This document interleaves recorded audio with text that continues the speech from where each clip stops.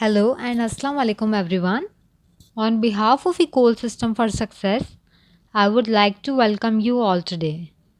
I hope you all are doing well and taking all the precautions given by government regarding coronavirus. Regularly and thoroughly clean your hands.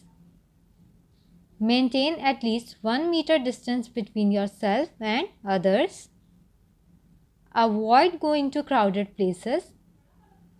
Avoid touching your eyes, your nose and your mouth. So, level 4 and 5 is here. My name is Miss Larib and I am conducting your science class. Today our topic is solid, liquid and gas. Let's start our class. We already know the different forms of water. This is water. If water is heated, it is changing into water vapors. On the other hand, if water freezes, it is changing into ice. You might think, how are the water, ice and water vapor different from each other? Let us see. This is ice. If we see, it has a definite shape. Not just a shape, it occupies space as well. The shape occupied by an object, it calls it volume. So what we can say? We can say an ice cube has definite volume. Even if we talk about the ball or computer, they both have definite shape and volume also. The shape of the ball won't change if we keep inside the box or outside the box. Same with the computer, its shape would not change and space occupied by the ball and computer will remain same. So here we can say ice cube is a solid. Solid has a definite shape and definite volume. Here we can say ice cube has a definite shape and definite volume. So we can say ice cube is a solid. Same with computer and ball. Computer occupies space, it means it has a definite volume, it has a definite shape, it is also called solid. Ball has a definite shape and it occupies space, it is also called solid. Here you guys can see the arrangement of particles in solid. The particles in solid are tightly packed. The particles cannot move from one particle to another. This is why a solid has a definite shape and volume. A solid can also not be pressed because its particles are already very close to each other. Now coming to water. We can say water occupies definite space, whether it is in bottle or in bucket. It will occupy same amount of space, so we can say water has a definite volume. But water does not have definite shape. So here water is in bottle, so the water takes the shape of bottle, and here it takes the shape of bucket. So here water is taking the shape in a bucket. Same with the case of milk. Milk also take the shape of the container. Here the milk is in the jar, and if we pour it in the glass, a milk takes the shape of a glass. We can say water and milk both flow easily. All this water, milk and oil, which have definite volume but no definite shape, instead it takes the shape of container and flow easily, are called liquids. So we can say water is a liquid because it do not have a definite shape while it has a definite volume. Same with milk.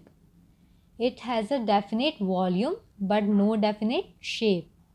If we talk about oil, oil has a definite volume but no definite shape because here it is in bottle. Here you guys can see the arrangement of particles in liquid. In a liquid, the particles are not arranged in regular pattern. They are not as closely packed as those in solid. The particles have some spaces between each other. They move around one another. This explains why a liquid can flow and take the shape of any container it fills. However, the particles of liquid are also held together.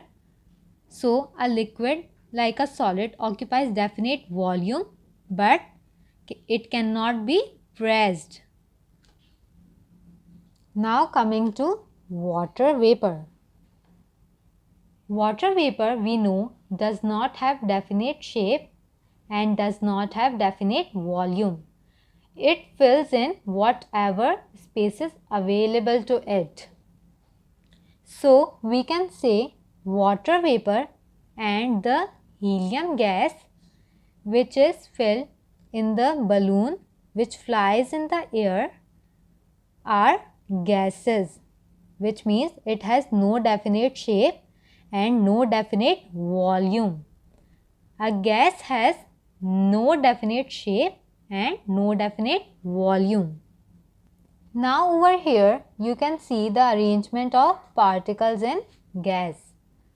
In a gas, the particles are much far away from each other. They move freely and randomly in all directions. The particles spread out as far as they can to fill up any container. The shape and volume of a gas is thus the same as that of the container it fills. Since the particles are widely spaced and not held by strong forces, the gas can be compressed easily.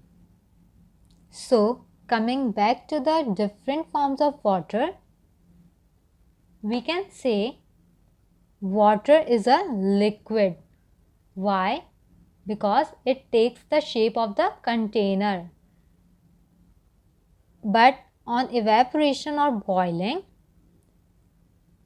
in which water changes into gas, water vapors are said to be gas.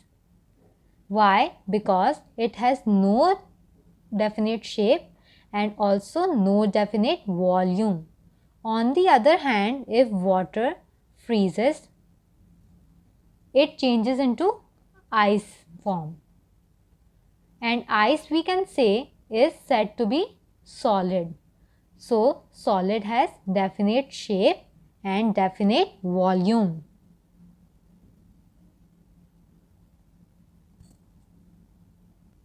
Now we will discuss about changes in physical state, which is condensation, evaporation, melting, freezing, deposition and sublimation. Let's have a discussion on all these. So, what is condensation? Condensation is the process in which gas changes into liquid form. For example, the water from hot shower cooled when it met the surface of the cold mirror. This causes the water vapor to condense or turn into its liquid form.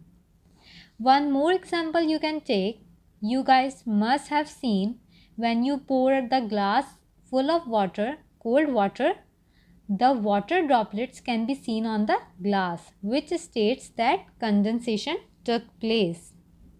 So, coming to evaporation.